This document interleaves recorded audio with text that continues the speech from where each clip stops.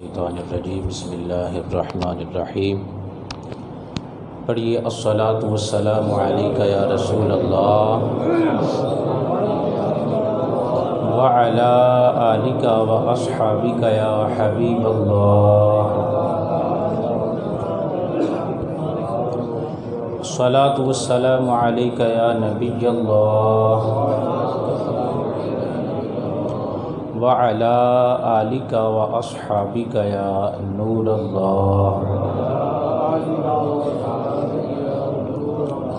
نویت سنت الاعتکاف قال اللہ تبارک و تعالی فی القرآن المجید وما خلقت الجن والانس الا لیعبدون صدق اللہ المولانا العظیم و صدق رسولہ النبی الکریم الامین ونحن علی ذلک لمن الشاہدین والشاکرین والحمد للہ رب العالمین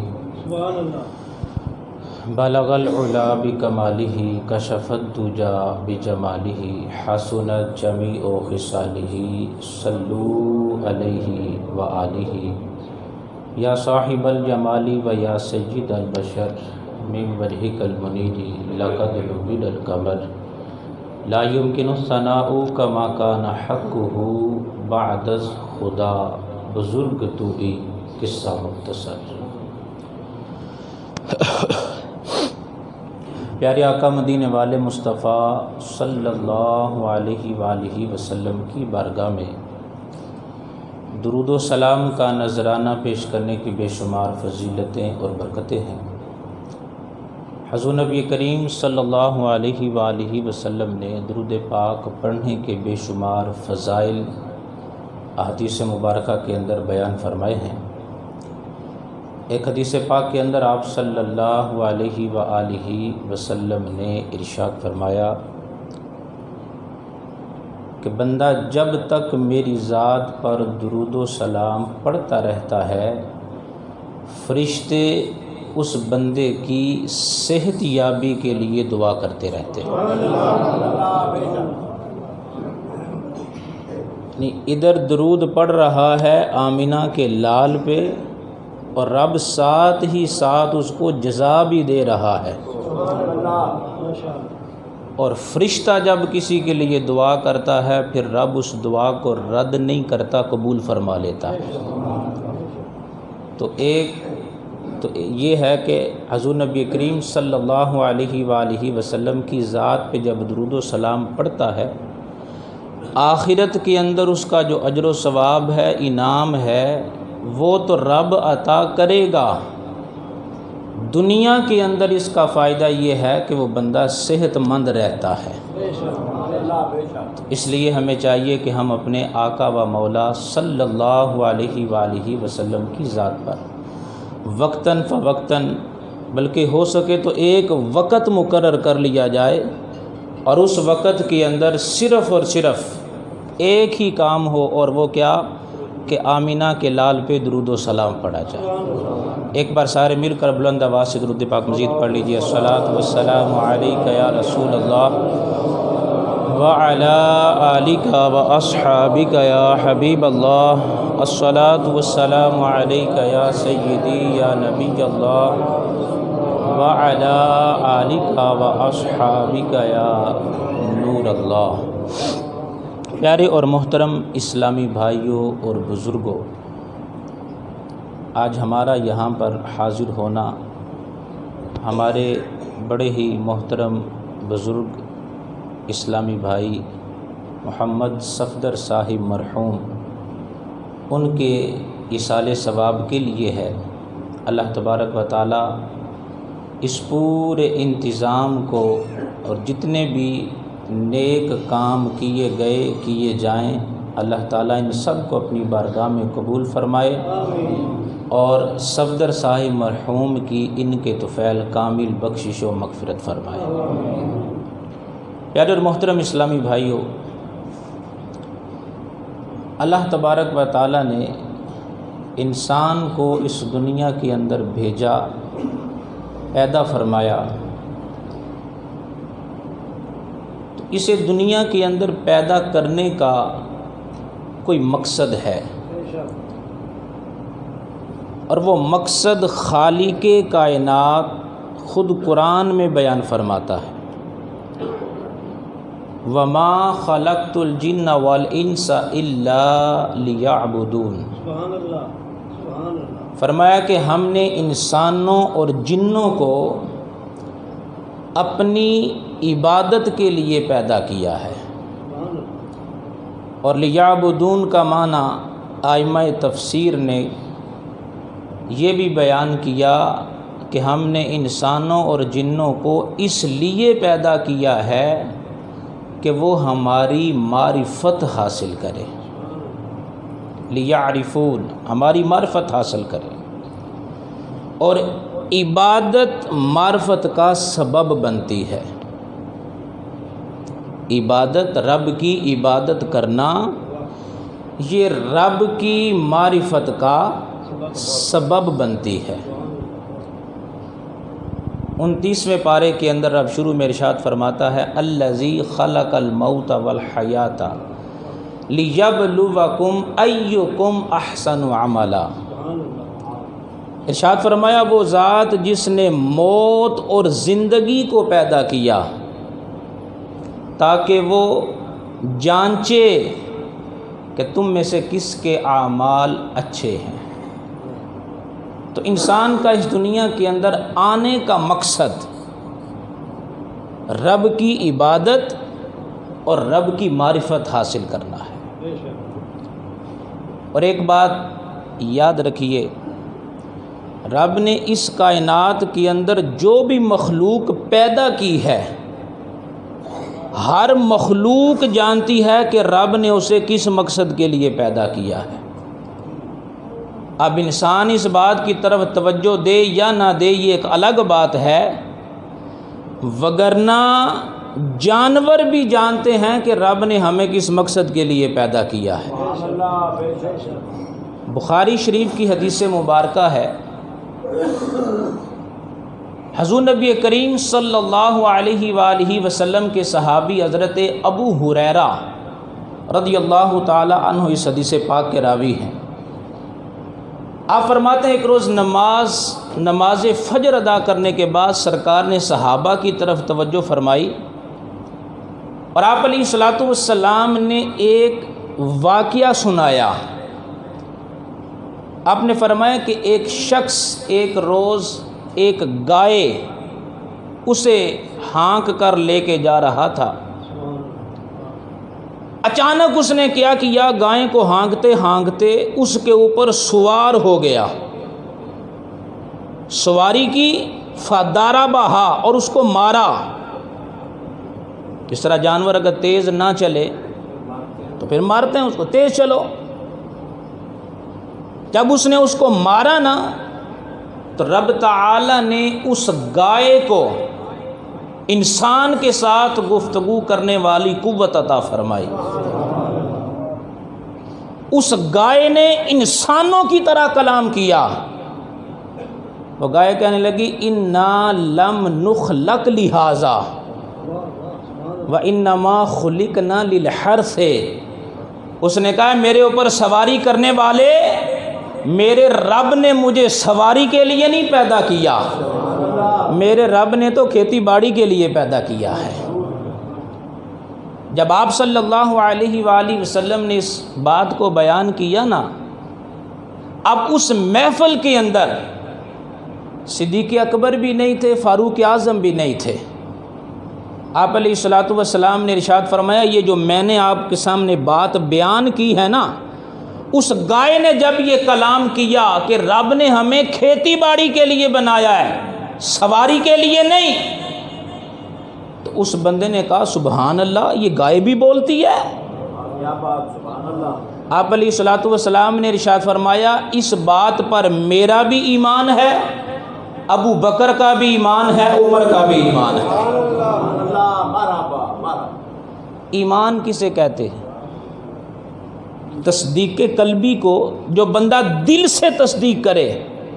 ایمان ایک چھپی ہوئی چیز ہے نا، زبان سے اس کا اظہار ہوتا ہے لیکن دل کے اندر کیا ہے یہ رب جانتا ہے، رب کا رسول جانتا ہے، چھپی ہوئی بات ہے۔ اور اللہ کا محبوب ارشاد فرما رہا ہے ابو بکر کے دل میں جو ہے، عمر کے دل میں جو ہے، میں جانتا ہوں وہ پکے ایمان والے ہیں۔ اسی طرح آپ علیہ الصلوۃ والسلام نے اسی وقت ایک اور بات ارشاد فرمائی، فرمایا شخص اپنی بکریوں کو چرا رہا تھا، اچانک اس کے ریوڑ پر ایک بھیڑیے نے حملہ کیا اور ایک بکری اٹھا کے بھاگا۔ یہ بندہ اس بھیڑیے کے پیچھے چلا، اس نے بکری پکڑ لی۔ جب اس نے بکری پکڑی نا، رب نے اس بھیڑیے کو بھی زبان عطا کی۔ اس بھیڑیے نے کہا آج تو نے بکری بچا لی ہے، لیکن قرب قیامت جب ان کو چرانے والا کوئی اور نہیں میں خود ہوں گا، اس وقت کون بکری بچائے گا؟ ذرا اندازہ لگائیے، ان جانوروں کو بھی پتہ ہے ہمیں رب نے کس کام کے لیے پیدا کیا اور ہم سے کیا کام لینا ہے۔ تو جانوروں کو اس چیز کا علم ہے کہ ہمیں پیدا کرنے کا مقصد کیا ہے۔ ہاں انسان توجہ نہ کرے تو یہ ایک الگ بات ہے۔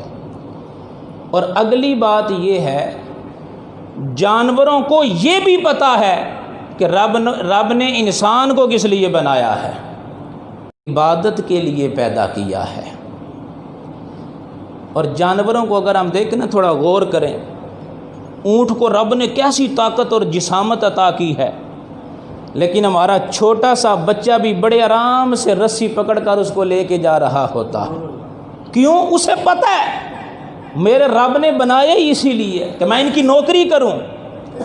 گھوڑا بڑے آرام سے بندہ اس پہ سواری کرتا ہے، وگرنہ اس کی قوت اور طاقت دیکھو، ایک ٹانگ مارے انسان کہاں جا گرے، لیکن وہ سرکشی نہیں کرتا، بڑے آرام سے سواری کرنے دیتا ہے۔ ہاں اگر کوئی سرکشی کرے تو ہم کیا کہتے ہیں؟ سرکش کہتے ہیں نا اس کو، نافرمان ہو گیا ہے، اتھرا ہو گیا ہے۔ کیوں؟ کیونکہ وہ اپنا مقصد نہیں پورا کر رہا۔ تو ذرا غور کیجیے، اگر جانور اپنا کام پورا نہ کرے ہم اسے سرکش کہتے ہیں، اور انسان تو عبادت کے لیے بنا ہے، انسان تو رب کو سجدہ کرنے کے لیے بنا ہے۔ اب یہاں پہ ایک سوال پیدا ہوتا ہے، جیسے آج کل کے لوگ بعض اوقات سوال کرتے ہیں کہ عبادت کے لیے فرشتے بھی تو تھے، فرشتے کیا تھوڑی عبادت کرتے ہیں؟ کوئی سجدے میں ہے، کوئی رکوع میں ہے، کوئی اللہ اللہ کر رہا ہے، کوئی سبحان اللہ کر رہا ہے، کوئی تشہد میں ہے، کوئی قعدے کے اندر ہے، کوئی قیام کے اندر ہے۔ آسمان بھرا پڑا ہے فرشتوں سے۔ تو رب کی عبادت کے لیے تو فرشتے ہی بڑے تھے، رب نے انسانوں کو کیوں بنایا؟ اب اس بات کو سمجھیے ذرا، فرشتے واقع ہی تھے، لیکن انسان کی عبادت میں اور فرشتے کی عبادت میں فرق ہے۔ ڈاکٹر اقبال نے کہا تھا فرشتوں سے بہتر ہے انسان بننا، فرشتوں سے بہتر ہے انسان بننا، مگر اس میں لگتی ہے محنت زیادہ۔ رب نے فرشتوں کو پیدا کیا، عقل عطا کی مگر شہوت نہیں رکھی۔ انسان کو پیدا کیا، عقل بھی دی، شہوت بھی رکھی۔ جانوروں کو پیدا کیا، شہوت تو رکھی، لیکن جس طرح انسان کی عقل ہے وہ عقل نہیں اس کے پاس۔ فرشتے معصوم ہیں، فرشتے زمین پر صرف انبیاء معصوم ہیں، اس کے علاوہ کوئی معصوم نہیں، اور آسمانوں پر فرشتے معصوم ہیں۔ یہ غلبے کے اعتبار سے کہہ رہا ہوں، وگرنہ فرشتے زمینوں پر بھی ہوتے ہیں۔ اب فرشتہ معصوم ہے، اس سے گناہ ہو ہی نہیں سکتا۔ معصوم کسے کہتے ہیں؟ جو گناہ سے پاک اس طرح ہے اس سے گناہ ہو ہی نہیں سکتا۔ اب دیکھیے ذرا، فرشتہ عبادت کرتا ہے وہ ایک کمال ہے، لیکن انسان کی جو عبادت ہے نا، اس کا اپنا ایک کمال ہے۔ فرشتوں کے اندر نافرمانی والی بات ہی کوئی نہیں، فرشتوں کے اندر نافرمانی والی بات ہی کوئی نہیں۔ وہ گناہ کر ہی نہیں سکتا، لیکن انسان کے اندر رب نے عقل بھی رکھی، گناہ کرنے کی طاقت بھی رکھی۔ یہ اگر نیکی کرنا چاہے نیکی کر سکتا ہے، گناہ کرنا چاہے گناہ بھی کر سکتا ہے۔ اب جو گناہ کر ہی نہ سکتا ہو وہ گناہ سے بچے تو یہ اتنا کمال۔ بھئی ایک بندے کی آنکھیں ہی نہیں، نابینا ہے، اللہ سب کی آنکھیں سلامت رکھے۔ اگر کوئی نابینا ہے اور وہ بڑے دعوے کے ساتھ یہ کہے آج تک میں نے اپنی آنکھوں سے کوئی حرام شے نہیں دیکھی، آپ بتائیں یہ کمال ہے اس کا؟ یہ ہے ہی نابینا، مجبوری ہے نا اس کی، وہ دیکھ ہی نہیں سکتا۔ ہاں کمال تو یہ ہے آنکھیں رکھتا ہو، آنکھیں رکھتا ہو، نگاہ حرام شے پہ ڈال سکتا ہو، لیکن حرام نہ دیکھے کہ میرے رب نے منع کیا ہے۔ رب کے خوف کی وجہ سے حرام شے کی طرف نہیں دیکھتا، اپنے ہاتھوں کے ذریعے گناہ کر سکتا ہے، لیکن اس وجہ سے گناہ نہ کرے کہ میرے رب نے منع کیا ہے۔ اپنے ہاتھوں کے ذریعے ظلم بھی کر سکتا ہے، لیکن رب کے خوف کی وجہ سے نہ کرے۔ اپنے قدموں کے ذریعے گناہ کر سکتا ہو، لیکن اس وجہ سے نہ کرے کہ میرے رب نے منع کیا ہے۔ وہ ظلم بھی کر سکتا ہو، زیادتی بھی کر سکتا ہو، گناہ بھی کر سکتا ہو، لیکن رب کے خوف کی وجہ سے گناہ چھوڑ دے۔ رب نے یہ انسان کو عطا کیا ہے۔ فرشتوں کی عبادت بھی کمال رکھتی ہے، لیکن انسان کی عبادت کا کمال ان سے چلتا ہے، یہ کمال اس سے زیادہ ہے۔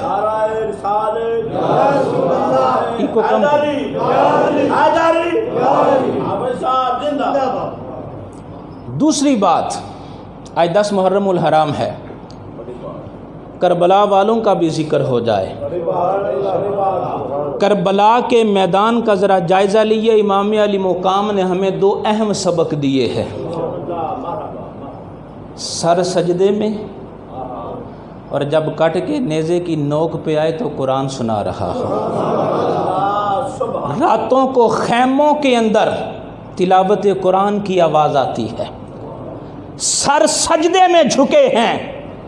اب اگر کوئی سوال کرے کہ فرشتے بھی عبادت کے لیے بہت زیادہ تھے تو رب نے انسانوں کو کس لیے پیدا کیا، تو بڑی محبت کے ساتھ عرض یہ ہے، گویا رب نے پیدا کر کے اپنی اس منشا کا اظہار کیا ہے کہ فرشتے تو عبادت کر ہی رہے ہیں، کوئی سجدے کے اندر ہے، کوئی رکوع کے اندر ہے، کوئی تسبیح پڑھ رہا ہے، لیکن ہم چاہتے یہ ہے کہ کوئی ایسا ہو جس کو ہم نے عقل بھی عطا کی ہو، جس کے اندر ہم نے انسانی تقاضے بھی رکھے ہو، لیکن وہ ہماری خاطر ساروں کو چھوڑ دے، ہماری خاطر اپنے بیٹے کے گلے کے اوپر چھری بھی چلائے، ہماری خاطر اپنے بیٹے کو بھی قربان کرے، اور ہماری خاطر مدینے کی گلیوں کے اندر، مکے کی گلیوں کے اندر اس پر باتیں بھی بنائی جائیں، اس پر باتیں کی جائیں، اسے پریشان بھی کیا جائے، اس کے رستوں کے اندر کانٹے بھی بچھائے جائیں، سجدے کے اندر اس کے کندھوں پہ اونٹ کی اوجڑی بھی رکھی جائے، شیب ابی طالب کے اندر 3 سال کے لیے اس کا بائیکاٹ بھی کیا جائے، وہ میرا نام لے لوگ اسے تنگ کریں، وہ میرا نام لے لوگ اسے پتھر مارے، مگر پھر بھی وہ میرے نام کو بلند کرتا رہے، اللہ اللہ کی صدا لگاتا رہے۔ اور پھر رب چاہتا یہ ہے کہ فرشتے عبادت کرنے کے لیے ہیں، لیکن انسان کو پیدا کیا ہے تاکہ لوگوں کو پتہ چل جائے، اور ان فرشتوں کا پتہ چل جائے ہم بھی عبادت کر رہے ہیں، لیکن انسان کی عبادت اعلیٰ ہے، انسان کا مقام اعلیٰ ہے، انسان کا رتبہ اعلیٰ ہے، کہ کس طرح جب دین پہ مشکل وقت آ جائے، سنت کو مٹایا جا رہا ہو، دین کو مٹایا جا رہا ہو، نمازیں چھوڑی جا رہی ہو، سنت کو